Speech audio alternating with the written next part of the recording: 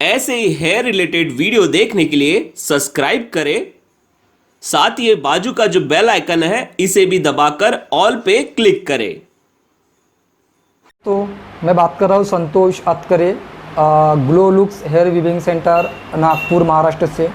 और मैं आपको आज दिखाने वाला हूँ कि प्रैक्टिकली जैसे बिफोर और आफ्टर हम लोग कैसे पैच अटैच करते हैं और उनका बिफोर से आफ्टर में मतलब किस टाइप का उनका लुक आता है, और एक लुक होने के बाद में उनका एक कैसा मतलब लुक चेंज हो जाता है उनका।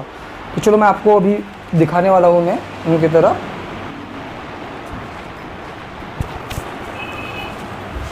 जैसा आप देख रहे हो अभी ये वाला आपको बिफोर वाला दिख रहा है उनका। अभी जैसे ये बिफोर लुक है इनका वाला टोटली।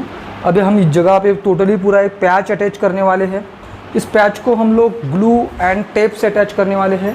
जैसे इस टाइप का ग्लू होगा, ये वाला ग्लू होगा हमारा, अल्ट्रा होल्ड ग्लू होगा, और साथ में ही अल्ट्रा होल्ड टेप। इस टेप को लेके हम लोग इस जगह पे अटैच करेंगे हम हेयर पैच को, और इनका 100% नेचुरली लुक आएगा इनका वाला। अभी आप देख सकते हैं, तो अभी कंटिन्यू रहिए आप देखने के लिए।